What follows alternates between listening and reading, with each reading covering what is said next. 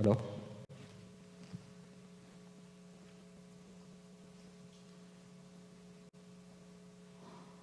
Bueno, buenos días a todos. Básicamente esta investigación la comencé desde, creo que en las primeras semanas de marzo, cuando empezó todo el tema de lo que ya sabíamos que iba a ocurrir, y con algunos amigos de Europa que ya venían, donde se venían presentando pues todos los temas que nos han afectado en estos últimos meses, que implicaban también medidas de cuarentena, medidas que iban a implicar todo un tema con respecto a las restricciones y con respecto a la actividad económica. Entonces, en este estudio lo que voy a mirar o lo que voy a analizar es cuáles han sido los efectos del COVID-19 sobre el mercado laboral, específicamente sobre el empleo y el desempleo, y algunos pronósticos que en su momento se hicieron y que dan luces sobre cuál ha sido el impacto en términos generales sobre nuestro mercado laboral en la ciudad. La siguiente, por favor. Estos son algunos datos, espero que se vean bien, sobre la información histórica de las tasas de desempleo, las tasas de ocupación y las tasas de informalidad en la ciudad. Y lo que podemos observar es que si bien teníamos indicadores altos en términos del desempleo, pues más altos que la ciudad, a nivel nacional, perdón, esos indicadores se disparan en los últimos meses. Es decir, comenzando la pandemia, en el efecto duro de la pandemia que comienza en abril, pues entonces nuestros indicadores de tasas de desempleo se empiezan a casi disparar y a triplicar, lo mismo que las tasas de ocupación.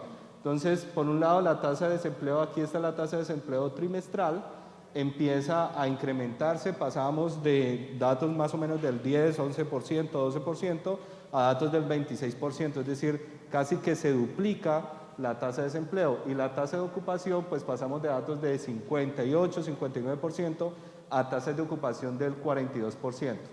La informalidad, aquí hay unos ND, no se pudo calcular en lo que es los meses de marzo, junio, sobre todo la informalidad institucional, la informalidad del DANE, que es lo que calcula la fórmula, digamos, tradicional que tiene el DANE, no se calculó en marzo y en abril porque las preguntas que estaban en el módulo de la GIH pues cambiaron porque el DANE tuvo que adaptar la encuesta a un formato de 20 minutos y esto llevó a que muchas de las preguntas sobre informalidad no se hicieran.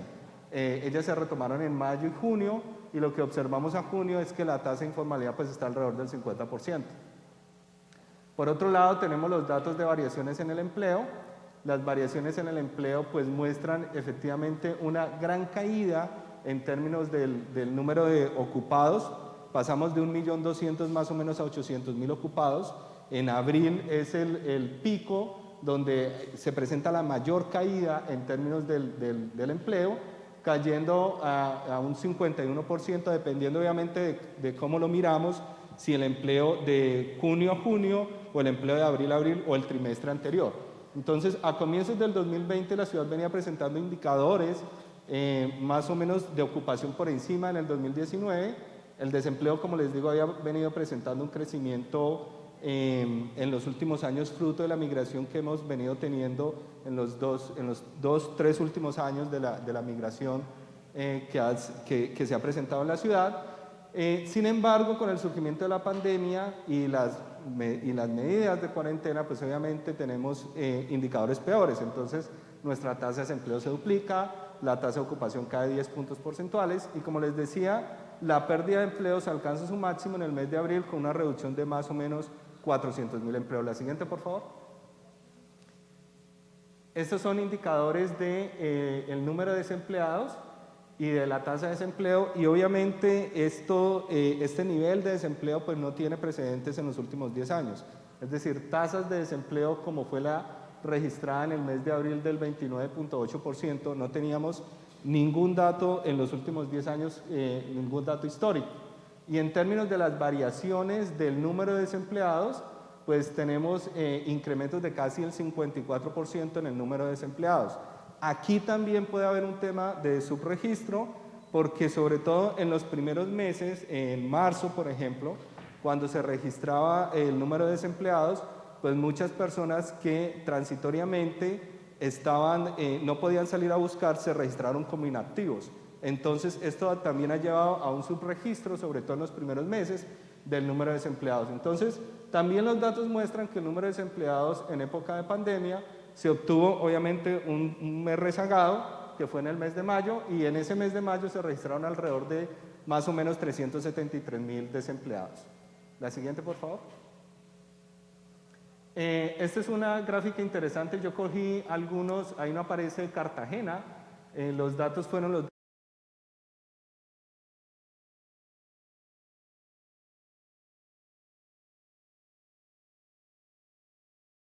Tenemos ahí este indicador de vacantes con datos del Servicio Público de Empleo. Lo que podemos observar es que efectivamente también en abril hay una gran caída en términos de las demandas futuras de las empresas, y que esto empieza a generar un repunte, empieza a aumentar en mayo, junio, pero definitivamente la gran caída en la ciudad fue en el mes de abril.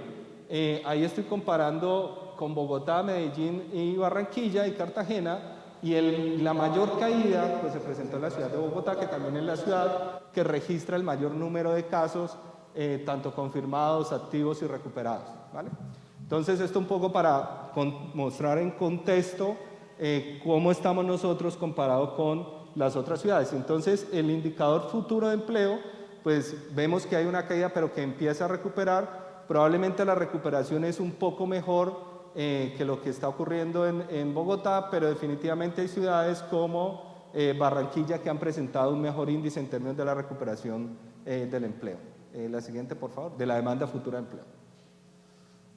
Uno de los grandes problemas que nosotros tenemos en la ciudad es la informalidad. Esto es algo que indudablemente pues, es uno de los problemas que en los últimos 10 años se ha venido presentando de manera persistente. Nosotros tenemos tasas de informalidad muy cercanas al 50%.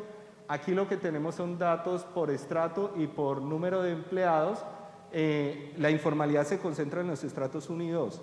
Y por otro lado se concentra en las empresas unipersonales. Y obviamente esto tiene un gran impacto en la ciudad, porque muchas de las medidas que se tomaron a nivel nacional pues son medidas que están orientadas hacia empresas de más de 3 trabajadores, pero nosotros tenemos una gran concentración de personas que están trabajando, como les digo, en empresas unipersonales y en estratos 1 y 2. Entonces ahí tenemos obviamente un gran tema que resolver. El 27% de los trabajadores se encuentran en empresas unipersonales, y de estos el 96% pues no tienen cotización a pensión, y algunos tampoco tienen cotización a salud. Lo que estaba diciendo ahora en la primera ponencia sobre el tema de cómo afecta esto el sistema, pues claramente lo afecta, porque en su mayoría pues lleva a que muchos de los afiliados al sistema de salud pues lo hagan no en el régimen contributivo, sino en el régimen subsidiado, y esto presiona más las finanzas del Estado. Entonces, claramente el hecho de tener una gran informalidad en la ciudad pues tiene o genera una mayor presión sobre los recursos fiscales, ya no solamente de la ciudad, sino también de la nación. La siguiente, por favor. No se ve muy bien, pero bueno, en la que yo tenía se veía muy bien. Y es para mostrar que los sectores en los cuales se generan más empleos son precisamente el sector de comercio, que también es el sector donde agrupan más trabajadores informales. El segundo sector es industria manufacturera, seguido de hoteles, restaurantes, transportes, y estos 5 sectores concentran alrededor del 64% del empleo, y entre el 69 y el 70% de la informalidad laboral, pues obviamente dependiendo del mes. Entonces, lo que nos muestra es una estructura que no ha cambiado tampoco en los últimos 10 años, donde el principal sector en el cual se genera empleo es el comercio, seguido de, bueno, comercio, hoteles, restaurantes, seguido de la industria manufacturera, y eso pues también en todo lo que ha venido, en todas las medidas que se han venido tomando con respecto a la pandemia, pues va a impactar o ha venido impactando bastante a la ciudad, porque son medidas que implican una cuarentena, cerramiento de muchas actividades, y esto impacta a la ciudad en términos de la generación de empleo. La siguiente, por favor. Esta es una diapositiva que la coloqué recientemente porque había una gran discusión o ha habido un gran tema con respecto a la reapertura de los bares, las discotecas, etcétera, las rumbas, todo lo que tiene que ver con restaurantes. Y si uno agrupa todo lo que es alojamiento, servicios de comida, actividades artísticas y entretenimientos, pues lo que uno puede observar es que este sector generó 257.000 empleos en el trimestre de enero a marzo. Y eso representa más del total de lo que implica la generación de empleo, por ejemplo, en manufactura, y más de lo que implica la generación por sí sola del sector de servicios. Y obviamente, pues esto lleva a pensar en todas esas medidas que se han venido discutiendo también a nivel de la alcaldía, en términos de la apertura de este tipo de sectores, porque genera mucho empleo, es decir, en plena etapa de cuarentena, ese sector generó 138.000 más o menos puestos de trabajo, lo cual implicó una reducción de casi 120.000 empleos. Y eso cuando uno compara, digamos, del trimestre de enero a marzo del 2020, antes de la pandemia. Y cuando uno lo compara con el 2019, pues alrededor de más o menos unos 100.000 empleos en plena época de pandemia. La siguiente, por favor. Estas son una serie de encuestas que se vinieron realizando y que también están en el documento sobre cuáles eran las percepciones cuando comenzó la pandemia. Entre marzo y abril existieron una serie de encuestas diferentes. La Secretaría de Desarrollo Económico hizo encuestas, la Cámara de Comercio hizo encuestas, etcétera. Las diferentes encuestas lo que mostraban es que efectivamente iba a haber una gran caída en el empleo.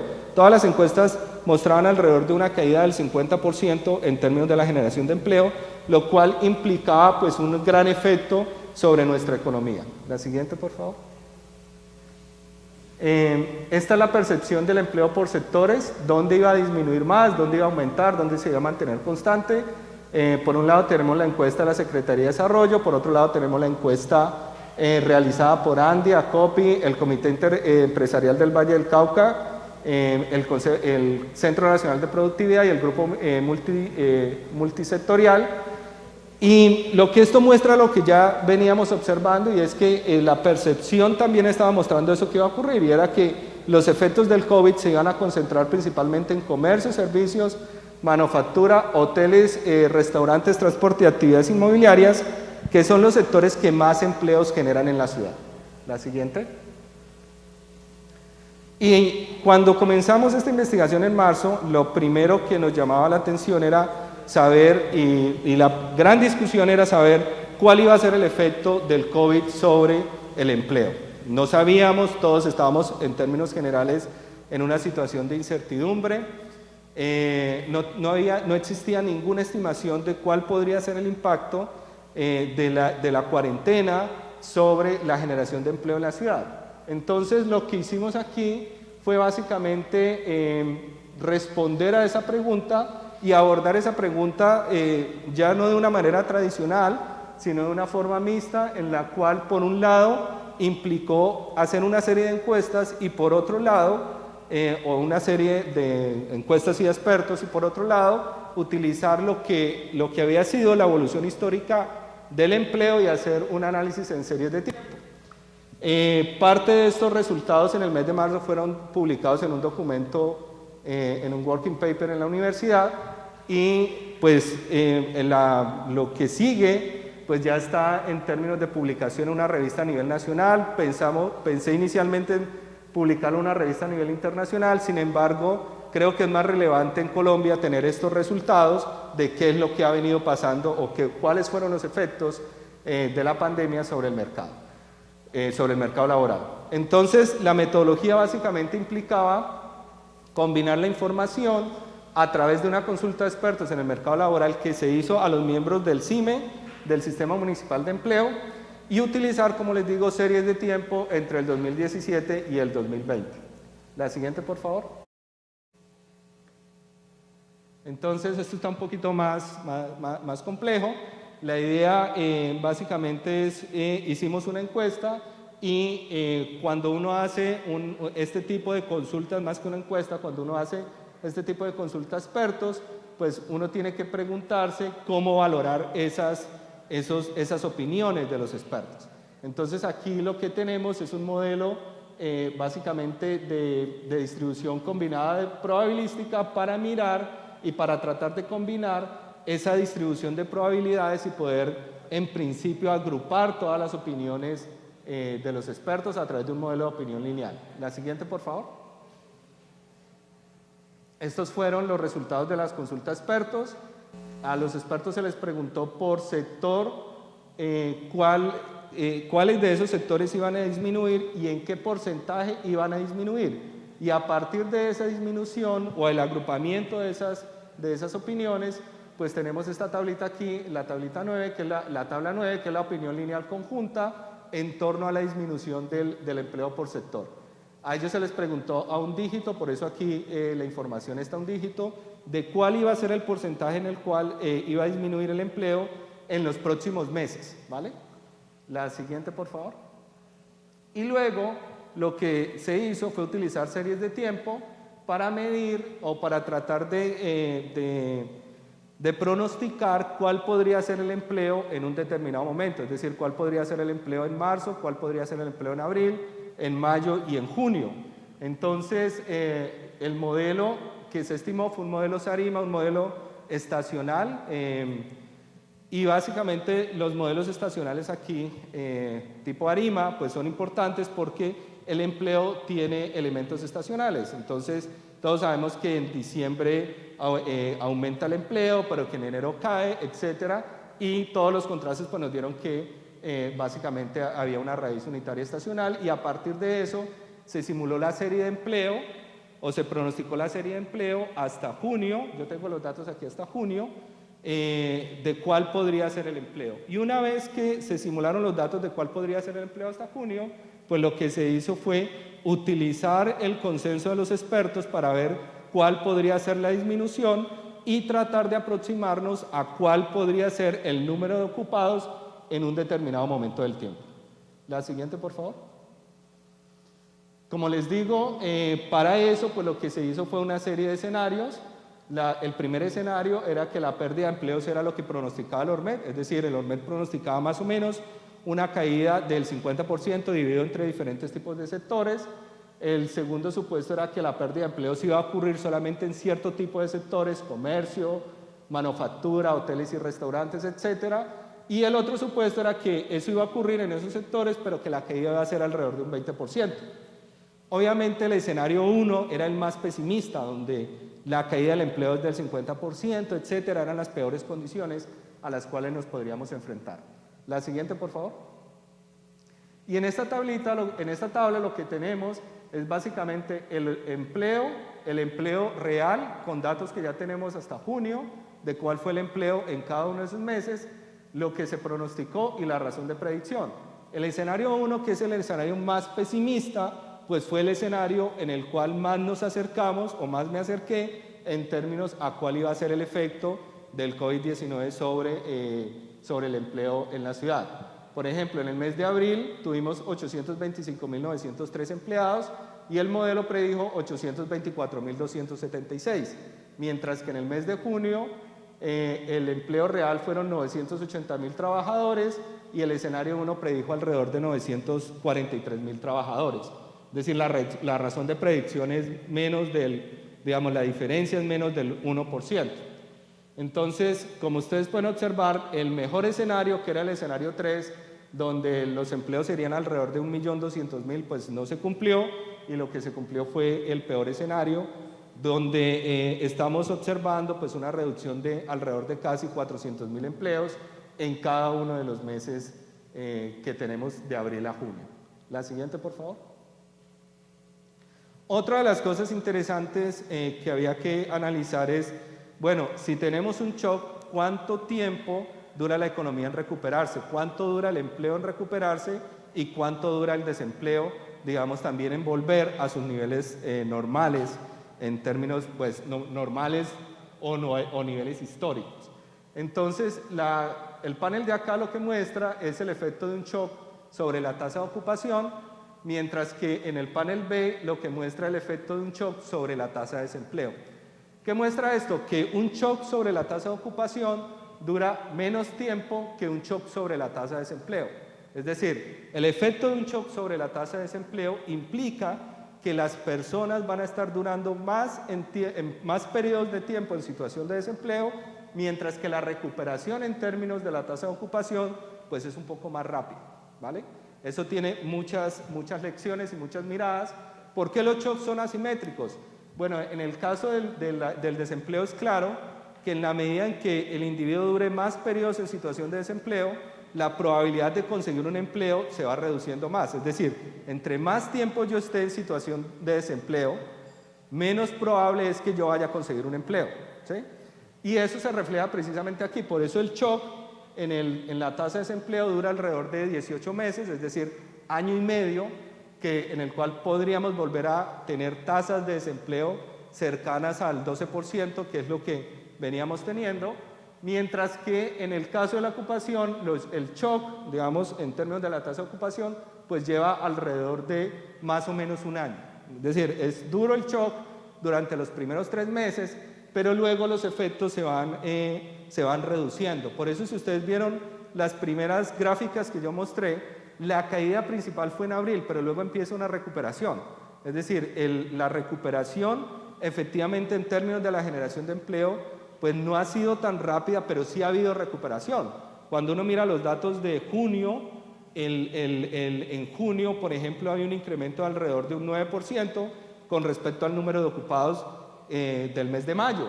Entonces, esto lo que nos muestra es que efectivamente la recuperación empieza a ocurre más en términos del empleo, pero menos en términos del desempleo. También a medida que pasa el tiempo hay pérdida de capital humano, hay depreciación de capital humano, y esto lleva a que precisamente los shocks duren mucho más tiempo. Entonces, esta gráfica, como les digo, lo que muestra es esas asimetrías, por un lado en el shock en el empleo y por otro lado el shock en el desempleo, que duran periodos totalmente, digamos que en el caso del desempleo pues dura alrededor de medio año más en términos de la recuperación. La siguiente, por favor. Voy bien de tiempo, entonces voy a detenerme sobre el tema de las conclusiones. Claramente los efectos de la pandemia sobre el mercado laboral son innegables, en el sentido de que tuvimos un desempleo en más de 15 puntos porcentuales en la tasa de desempleo y un incremento en más de 10 puntos porcentuales en la tasa de ocupación.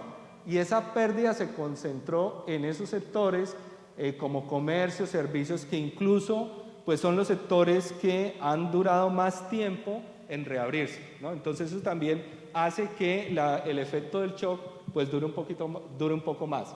Y los efectos del COVID implicaron la pérdida de 400.000 empleos. Y la pérdida de 400.000 empleos es una gran cantidad o tiene un gran efecto sobre nuestra economía.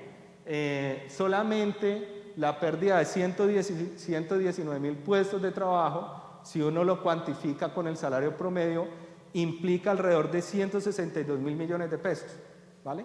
En términos del consumo, y obviamente eso en términos de la actividad dejada de generar, en términos de los eslabonamientos, de los encadenamientos en toda la industria, pues implica una gran cantidad de pérdida.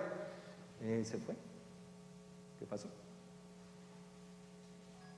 Y bueno, eso sin contar, obviamente, las pérdidas de los empresarios, todo lo que implica los empleos indirectos que se generan en el sector. La siguiente, por favor.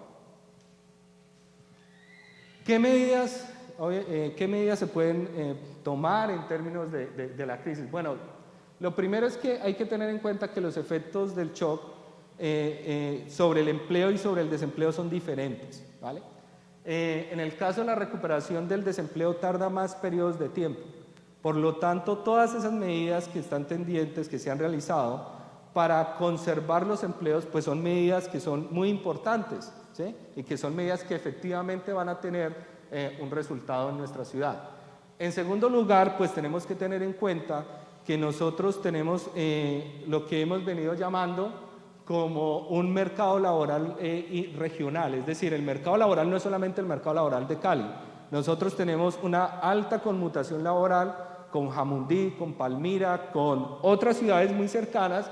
Por lo tanto, los efectos del shock también han generado un efecto a nivel regional. Y si uno mira los datos de empleo del 2019, Cali, por ejemplo, estaba generando alrededor del 54% del empleo del Valle del Cauca. Por lo tanto, la importancia de nuestra ciudad en términos del Valle del Cauca pues no es despreciable. La siguiente, por favor. Los planes de reactivación, tanto a nivel nacional como a nivel local, han venido incluyendo una serie de subsidios como el subsidio a la nómina. Sin embargo, por ejemplo, en Alemania el subsidio a la nómina es mucho más alto. Esto obviamente esto genera una gran discusión en términos del subsidio a la nómina, pero todas esas medidas pues llevan a que efectivamente tratemos de recuperar el empleo. Por otro lado, se ha venido también discutiendo los planes de ayuda, no solamente en términos de la entrega de mercados, sino también de apoyo monetario, y toda la discusión que venimos realizando sobre el famoso ingreso básico universal, etcétera. Pues obviamente nosotros con una alta informalidad, pues eso implica también pensarnos con respecto a ese tipo de ayudas o ese tipo de subsidios. La siguiente, por favor. Y estos planes, como les decía, buscan en su mayoría impactar en el empleo en el corto plazo. En algunos, lo que tiene que ver con construcción, etcétera, pues va a generar un efecto, pero en el mediano plazo es claro que se deben de buscar estrategias para generar empleos de calidad. No es solamente generar empleos, es decir, no es solamente que generemos empleo y no es solamente reabrir la economía para generar empleo, es generar empleo de calidad, que reduzca esas inequidades. Aquí no lo traje, pero las tasas de desempleo de las mujeres se dispararon a casi el 30%, la tasa de desempleo de los jóvenes era alrededor del 32%, por lo tanto sí tenemos una serie de grupos vulnerables que vienen siendo afectados por la pandemia. Obviamente la reapertura de los sectores últimos en condiciones de bioseguridad, y en el largo plazo se debe preservar el capital humano. Yo creo que eso es una gran discusión que tenemos hoy en día, pero es importante preservar el capital humano que se forma en todas las instituciones, no solamente en las instituciones públicas, sino también en las instituciones privadas. El Valle del Cauca tiene una gran formación de capital humano y por lo tanto los planes deben también mirar qué es lo que vamos a hacer con esas instituciones educativas a nivel técnico, tecnológico y universitario, ya no solamente las instituciones públicas, como les digo, sino todas las instituciones que están generando capital humano, porque hacia futuro tenemos que, post pandemia, empezar a pensar qué es lo que vamos a hacer con el capital humano que necesita nuestra región. Y yo dejo ahí porque creo que ya cumplí el tiempo. Muchas gracias, doctor John James Mora Rodríguez de la Universidad ICESI. Doctor, voy a proceder entonces a darle lectura de algunas de las preguntas que ingresan. La primera dice: ¿cuál es el sector que más desempleo registró en Colombia durante la pandemia? Bueno, el mismo sector en Cali, es decir, ahí no hubo ninguna variación. Lo que tiene que ver con el comercio fue lo que más empleo generó en Colombia y también en nuestra ciudad. Porque nuestra ciudad, tanto en Colombia como en la ciudad, lo que más genera empleo sí tiene que ver con comercios y servicios. Gracias, Doc. ¿Cuál es el sector que más crecimiento ha tenido durante la pandemia en términos de empleabilidad? Sí, es muy importante eso, pero todo lo que tiene que ver con actividades profesionales fue lo que más creció. Cuando uno mira las diferencias en términos de empleo por ocupaciones, uno encuentra, por ejemplo, que lo que son todas las actividades relacionadas con oficina, con informática, etcétera, se incrementó casi en un 6 o un 7%. Eso fue lo que ayudó a que no hubiera una contracción mayor en términos del empleo en la ciudad. Gracias, doctor. Acá tenemos una pregunta por parte de la doctora Millarlandi. Doctora. Hola, bueno, primero muchas gracias por la presentación, muy valiosa.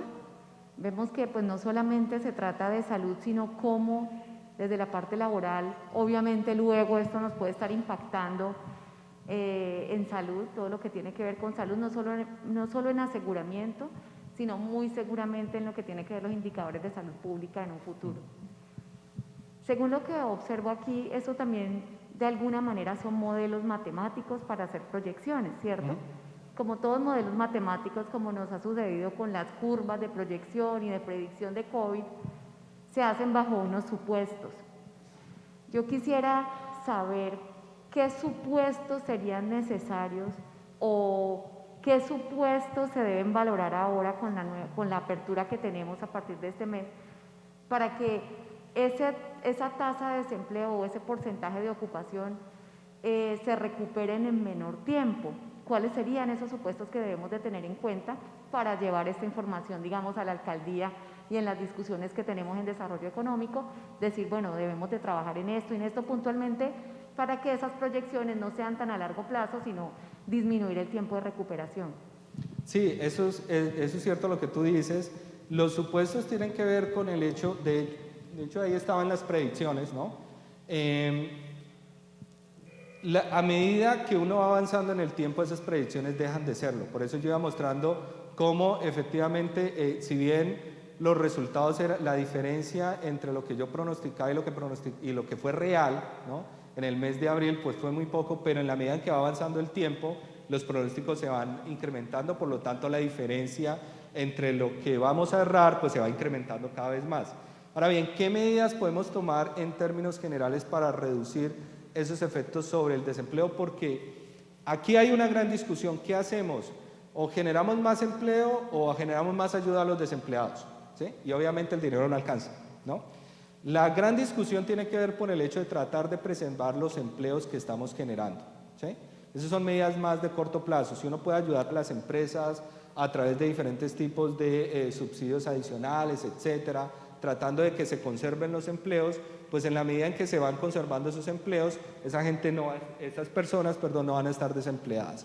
Sin embargo, las personas que ya están desempleadas también necesitan ayuda, porque de hecho es lo que hemos venido observando, el número de desempleados y la situación de los hogares se ha venido reduciendo, no solamente en términos de eso, sino en términos de la calidad de vida, en términos de lo que implica el consumo, etcétera.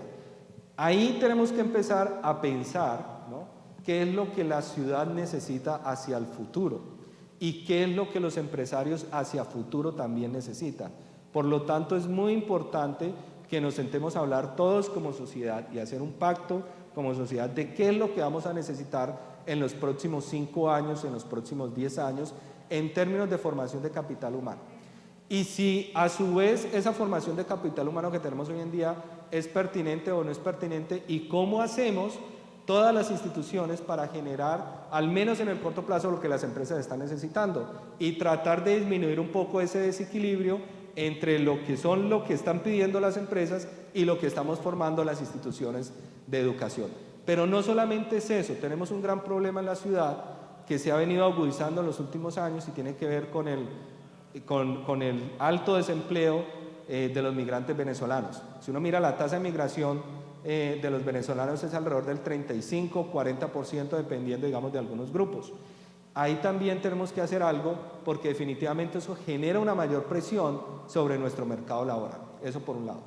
Y por otro lado, aquí las estrategias de la ciudad deberían también estar amarradas o deberíamos también de poder discutir estos problemas con los alcaldes de las regiones cercanas. Es decir, esto no es solamente un problema de nuestra ciudad, porque nuestra ciudad puede generar mucho empleo, ¿sí?, pero está generando empleo de Palmira, está generando empleo de Jamundí, está generando empleo de Candelaria, y eso desafortunadamente juega en contra de cualquier administración.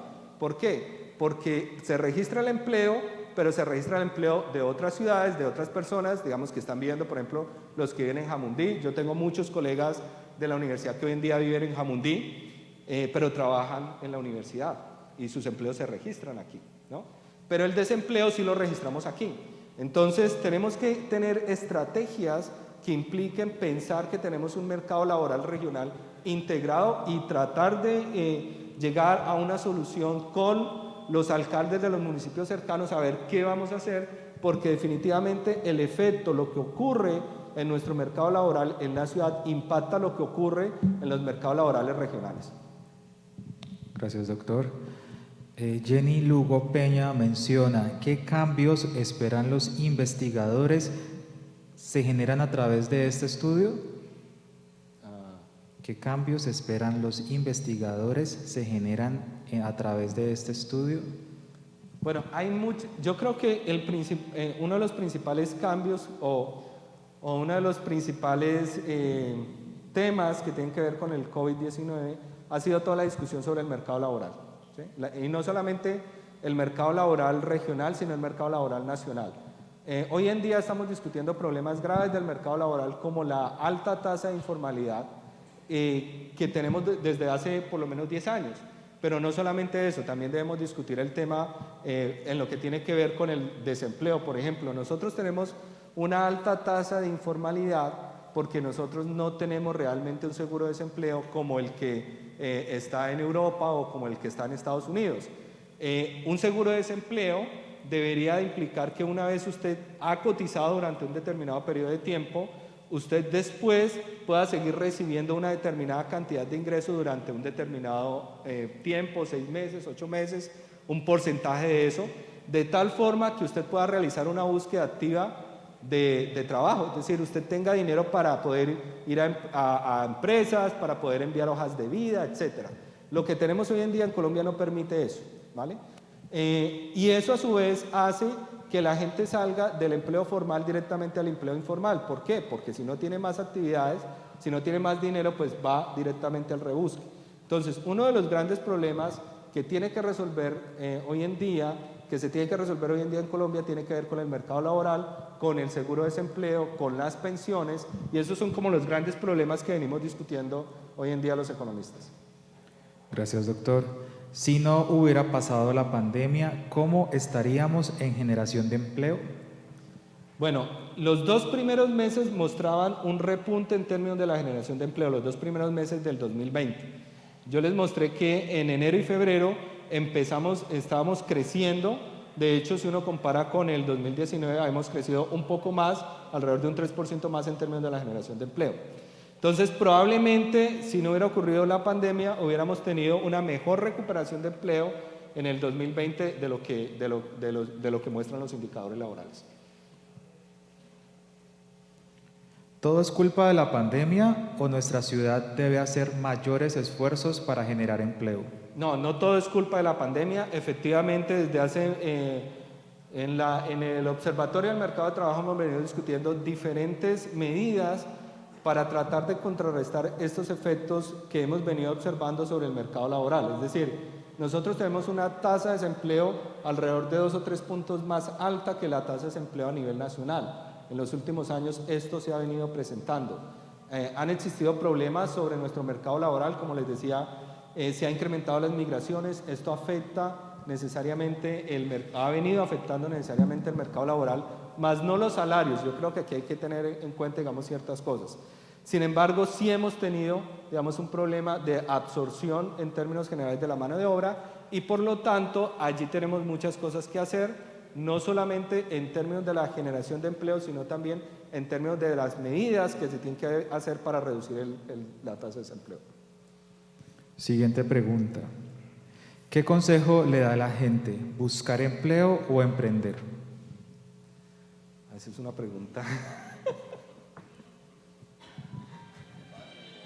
Pues depende de las posibilidades, ¿no?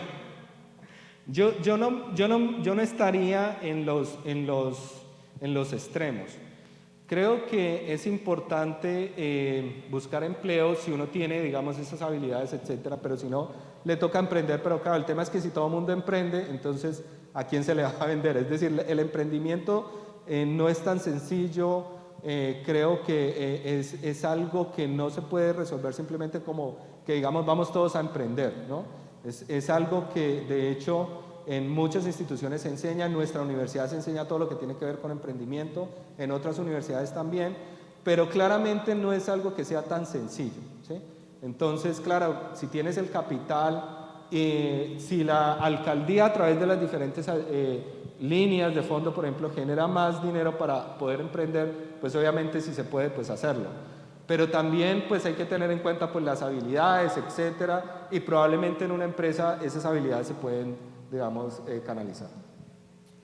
¿Cuál es la explicación a que entre más dure sin empleo, más difícil va a ser emplearse nuevamente?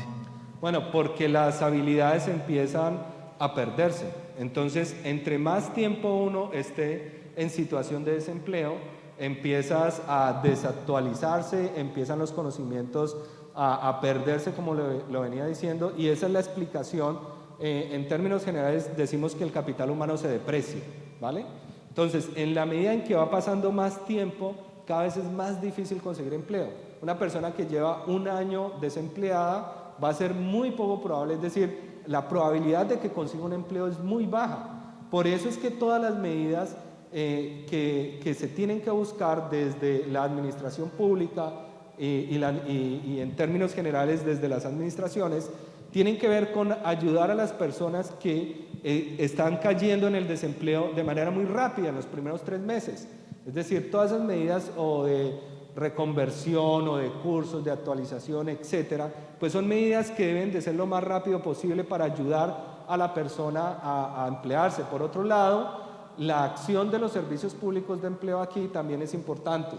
Los servicios públicos de empleo que están en las diferentes instituciones, en el SENA, en Confandi, en Confenalco, etcétera, pues deben de servir en términos generales para ayudar a que las personas consigan empleo de una manera mucho más rápida, ¿sí? Y la efectividad, digamos, de esos servicios pues se mide a través de eso. En términos de tiempo, ¿cuándo cree usted que se pueden recuperar los 400.000 empleos perdidos en Cali? Bueno, nosotros cuando vimos la caída del valle en abril, empezamos a observar que en la ciudad se empezaron a crear alrededor de unos 15.000 o 20.000 empleos. Es decir, la recuperación puede durar alrededor de 1 año o año y medio, dependiendo un poco de cómo se reabra y cómo esas nuevas actividades empiezan a generar más empleo.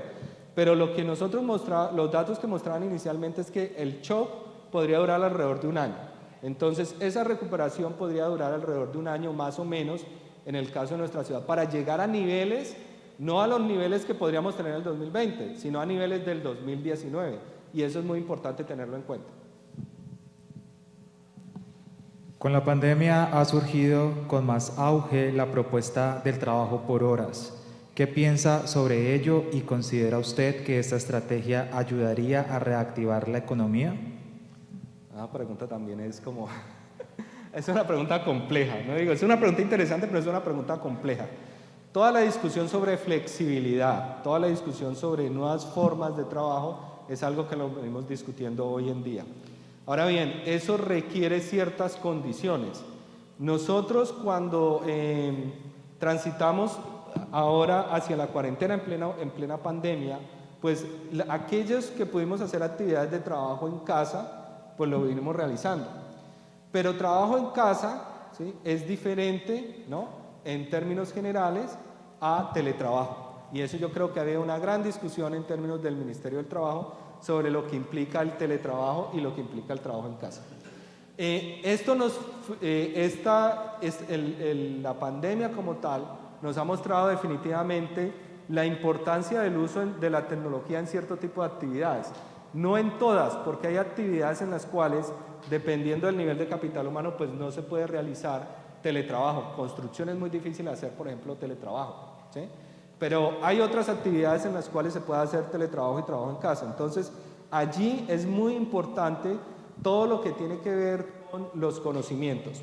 Y esa flexibilidad probablemente permita a muchas empresas sobrevivir. Yo creo que es muy importante tener en cuenta que si las empresas, a través de estas flexibilidades que se pueden ir generando, pueden sobrevivir al menos en el corto plazo, pues tratar de garantizar eso, ¿sí? Ya en el mediano y en el largo plazo nos pensaremos en otra cosa, pero ahora tenemos que salir de la situación como tal. Y obviamente todo lo que tiene que ver con el post-COVID pues va a ser muy importante, pero ahí tenemos que tener medidas tanto en el mediano como en el largo plazo para mirar qué implicaría una flexibilidad laboral y qué implicaría en términos de las cotizaciones a la seguridad social, qué implicaría en términos de la calidad del empleo, en la calidad de vida, etcétera, etcétera. Una última pregunta, doctor. ¿Considera que se debe hacer una reestructuración de la política laboral en Colombia? Sí, total. Yo creo que esto es uno de los primeros puntos que hemos venido discutiendo. Lo primero que tenemos que discutir es el seguro de desempleo. Lo segundo que tenemos que discutir es el tema de las pensiones. Lo tercero que tenemos que discutir es el tema de las cotizaciones, del mercado laboral, de qué tanto podemos flexibilizar o no flexibilizar. Y estos son los grandes interrogantes que venimos discutiendo hoy en día en términos del mercado laboral. Pero claramente sí necesitamos discutir qué es lo que viene ocurriendo con el mercado laboral y tener nuevas estrategias ya post-COVID de cómo vamos a enfrentar el tema de de la demanda, el tema del desempleo, el tema de la oferta en el mercado laboral y cómo a su vez vamos a hacer para hacer esa reconversión que claramente se necesita hoy en día, porque una de las cosas que mostró es que no estábamos preparados ni siquiera a nivel tecnológico para enfrentar una pandemia de este estilo. Por lo tanto, y no es solamente en términos de la infraestructura, también tiene que ver en términos de las capacidades. Yo creo que muchos de los que enseñamos, pues uno de los grandes retos fue empezar a utilizar las plataformas y ahí nos tocó que hacer un gran aprendizaje de cómo utilizar las plataformas. Ustedes han visto los videos en YouTube de los profesores que se enfrentaron a los diferentes problemas, desde dejar la cámara abierta, desde hablar lo que no deberían de hablar, etcétera. Pues eso lleva a que precisamente nosotros también debamos de reinventarnos, de mirar qué es lo que vamos a hacer post pandemia. Y yo creo que ahí ya tenemos que empezar a pensar qué es lo que vamos a hacer en términos del capital humano post pandemia, sobre todo en nuestra región y sobre todo dadas las características específicas de nuestra región. ¿Listo? Muchas gracias.